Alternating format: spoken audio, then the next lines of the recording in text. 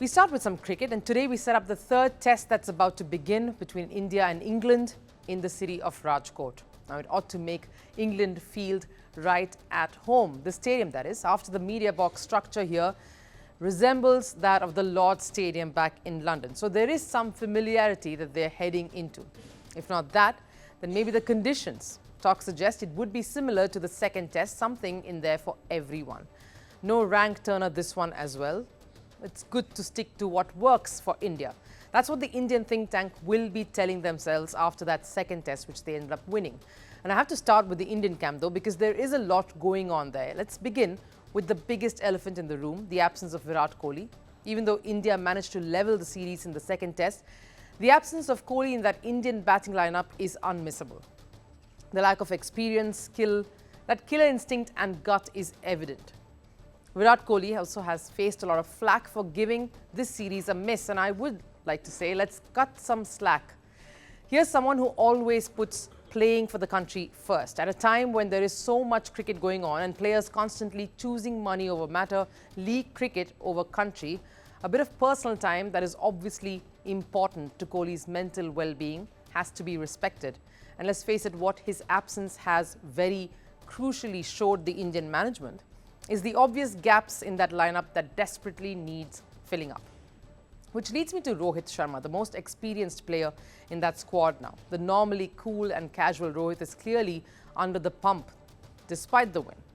In the second test matches, Rohit has only scored 90 runs. This includes, of course, his individual scores in the line of 24, 39, 14 and 13. Not something to write home about. There are a few reasons for this, though.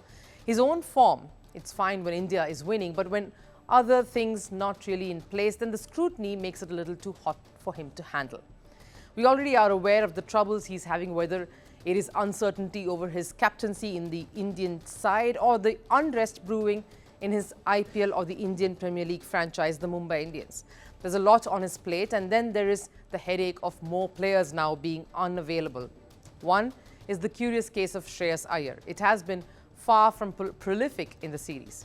He has scores that are not telling as well, and the series against South Africa too was just as lackluster.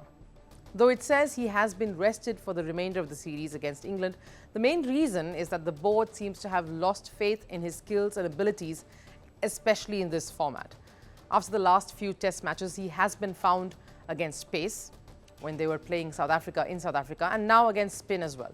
That leaves a big gaping hole in the middle order, especially with Virat Kohli also not present. And then, of course, there is KL Rahul. He's also going to be missing in action from the third test. That's because of an injury.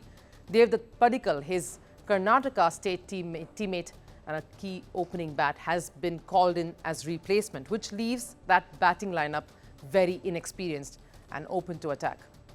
There is also word of two other newbies making it to the playing 11 in Rajkot. One is, of course, Sarfaraz Khan, whom we've spoken about at length right here, who's been out of contention, out of the side for a very long time. And then, of course, there's Dhruv Jurel.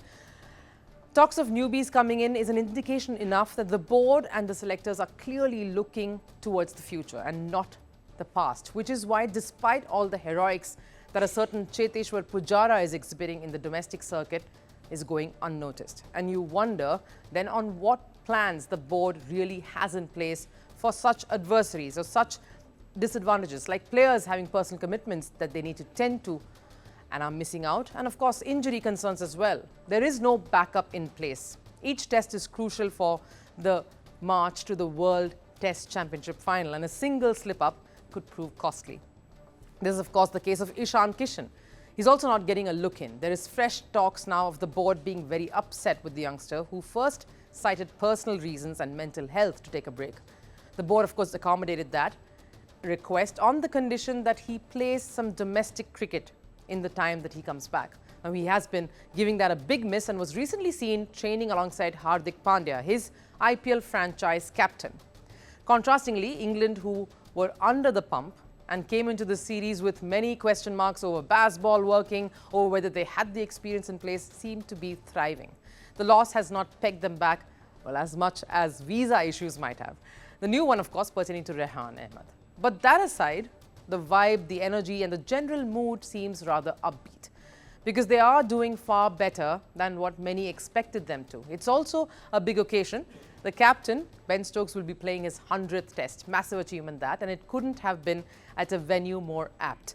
This is where Stokes has scored a test century in the past. So it's fond memories. And since making his debut in 2013 in an Ashes test, Stokes has been instrumental in the England side.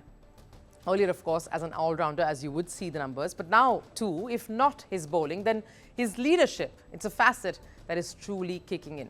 He's leaving a legacy behind along with Brendan McCullum, and his younger teammates are not only aware of this, but are certainly in awe of his contributions to English cricket. He has probably changed the game in a lot of respects. He has just got a way of bringing out the very best of him when the team needs it. For anyone to play 100 tests is an unbelievable achievement. He's obviously had highs and lows in his career, but what he has done since he's been the captain, he's been amazing, and there's so many special moments that he can take a look back on his career. His man management was excellent. He seemed like he's got as much time for everyone in the squad, whether be the physios or the doctors, as he does for his 11 on the pitch as well. In fact, Ollie Pope also revealed something rather interesting, saying that the whole buzzword of Bazball that we've all been drumming up right from the start of the series is only in the media. He said that England team are forbidden, none of them are supposed to use the word Bazball here. That the team's approach is not just about attacking, but more importantly, absorbing pressure like they did in that first test, and they would look to do here on too. And speaking of changes, Mark Wood will of course look to come back in. Jack Leach's absence will hit England hard and sort of even the scales in this contest. Their key in the spin department though has also been someone like Joe Root, who you'd expect to deliver with the bat. He has proved to be an able ally to the younger spinners here, and he has been critical in giving those key breakthroughs, as he particularly did so in the first test in Hyderabad. Suddenly, what looked like a contest that was tilted heavily towards the hosts and in their favour seems to be balanced and quite tight. England is making this count and are doing their bit to put India under pressure, making for a very interesting clash come 15th. From impeachments to inaugurations, if it's a political story, we are on the scene. The race for the White House is heating up. We're beating Biden. How dare he say that? If it's breaking news, we're live with the latest coverage. From the White House, the State Department, and Capitol Hill, we know the issues, but above all, we know the players to bring you the latest in-depth analysis on all the key stories that we're covering. I'm Eric Ham. Join me from Washington here on First Post America.